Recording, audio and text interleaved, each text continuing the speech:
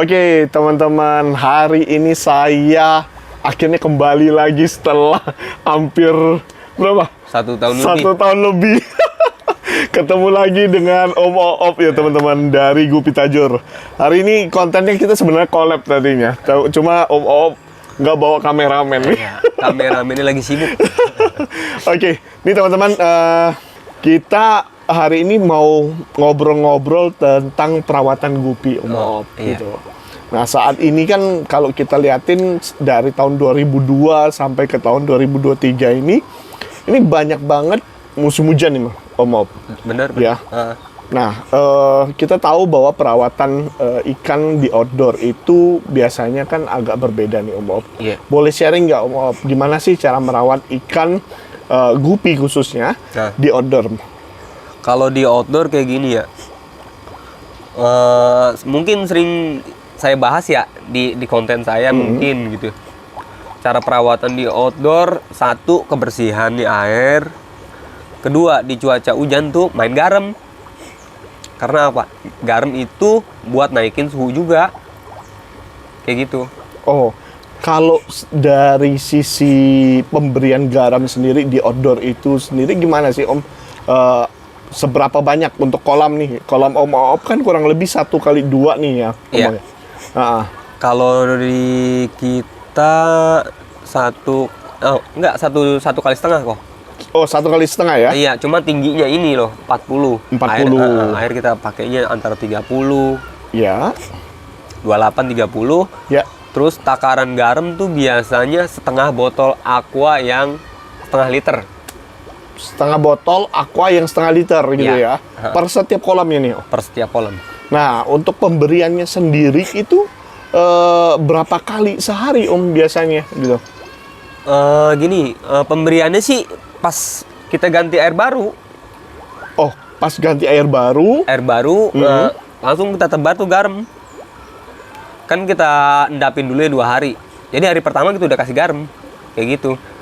Oh, oke. Jadi sebelum ikan dimasukin, air sudah diberikan garam ya, air barunya ya, gitu ya. Diendapin selama 2 hari. Iya. Baru kemudian ikan kita masukin nih Om. Iya. Sama itu juga bisa kok. Apabila ya bermasalah. Biasanya kan kalau dari godek tuh awalnya dari pinrut ya. Itu efek dingin juga. Bisa kita hantam garam juga. Tiban garam lagi, biarin rasa airnya agak-agak asin-asin kayak gitu. Biarin. Saya udah praktek kok. Air tank ini rasanya udah kayak air laut. Tapi ikannya sehat. Nggak apa-apa ya? Nggak apa-apa, gitu ya? nggak apa-apa. Jadi tidak mempengaruhi juga ya, Iya, gitu ya? ada kecualinya. Kecuali AFR, jangan terlalu berlebihan. Oh, oke. Kalau AFR bisa malah luka kulitnya, jenis albino. Oh, ini cuma khusus untuk PRTDE atau ada jenis-jenis lain? Jadi jenis blonde aja gitu ya. Jenis ya dari jenis mata hitam lah. Mata hitam? Oh, oke. Dari AFR bisa, cuman ada takarannya nggak boleh berlebihan. Oke. Gitu. Jadi kalau mata hitam aman lah ya, yang tadi ya, dan diberikan secukupnya. Kalau jenis mata merah lebih baik kita kurangi airnya. Dari 30 kita pakai 20 aja, 20 cm kayak gitu. Nah, pergantian airnya sendiri Om Oop itu kurang lebih harus berapa lama sih kalau di musim penghujan seperti ini? Di musim penghujan gini yang efektif 2 minggu ya. Biasanya kita kerja target 1 minggu. Ini 2 minggu sih. 1-2 minggu ganti air baru gitu ya. Ganti full. Biasanya kan kalau kita kerja target kan 1 minggu ganti, 1 minggu ganti. Ini agak hijau gini karena kita ngerem sedikit. Oke. Gitu. Nah, Om Oop, kalau musim hujan itu biasanya gapi itu kena penyakit apa aja sih yang berpotensi? Finrut. Finrut? Iya. Waduh, kalau udah finrut selesai nih ya Om Oop. Udah susah ya ngobatin ya. Jadi saya sembuh ya juga kita nunggu pertumbuhan ekor. Kayak gitu. Dan kalau untuk finrut sendiri ngobatinnya berapa persen suksesnya selama ini dari pengalaman Om Oop?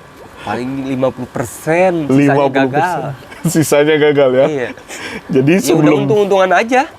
Kayak gini kan, kita udah berjuang, kita udah berusaha, kita obatin gitu ya. Mau hidup-hidup, mau sehat-sehat, mati-mati, kayak gitu. Kayak gitu aja. Dan kalau sudah terkena finrut nih Om, apa yang harus kita lakukan Om? Sebenarnya kalau kita kena pinrut, cepat ganti air. Ganti air. Nah, kalau kita pakai air dia lagi, itu bakteri dia ya makin grogoti, kayak gitu. Tapi masih boleh ditaruh di kolam yang sama atau kita harus karantina atau gimana tuh? Ya, efektif tuh karantina. Karantina.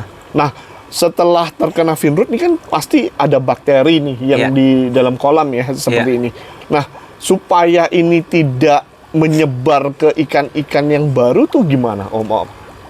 Jadi kita cuci ya tersabun ya. Ya. Yang lebih efektif kita apa? Biasanya pakai Prostek. Prostek ya. Ini buat cuci kamar mandi. Itu lebih paten. Lebih paten. Kan kalau dari perikanan kan nyaranin ya, kalau buat bakteri kan banyak formalin, karena formalin kan susah kita cari. Iya. Formalin tuh susah. Kalau kita beli kadang-kadang pertanyaannya beri apa? Wadah gini gitu salah Panjang guna ya? iya. Udah buat nyuci kolam. Gitu. Jadi untuk mengakali itu kita menggunakan Prostek gitu ya. Kayak nyuci batu malang kan ya.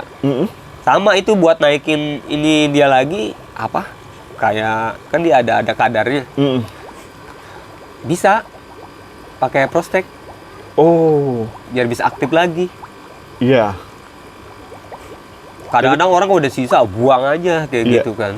Tapi ini masih bisa diolah ya? Bisa diolah, jangan salah. Dan itu banyak dia susah ngomongnya dah. Oke. Nah, kalau di outdoor seperti ini kan salah satu kendalanya kita nih adalah lumut nih seperti ini nih ya sekarang nih gitu ya. Nah, lumut sendiri ini kalau Om Oop tuh dalam perawatan ikan dibersihin nggak sih kolamnya atau ya udah nggak apa-apa berlumut gitu sekarang? Sebenarnya dicuci bersih kok. Dicuci bersih ya? Iya. Cuci Kenapa? bersih. Ini kan makanan juga, makanan alami kan buat ikan. Ada concernnya Om Oop?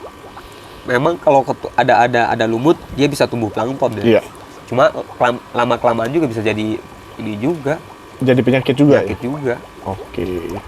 Nah, oke. Teman-teman kalau misalnya ada pertanyaan lagi terkait dengan budidaya khususnya ikan gapi, tanyakan di kolom komentar. Kapan-kapan kalau kita kesini, kita tanya lagi ke Master Gapi yang satu ini. Terima kasih. Terima kasih ya guys udah nonton ini. Like dan subscribe ya. Dadah.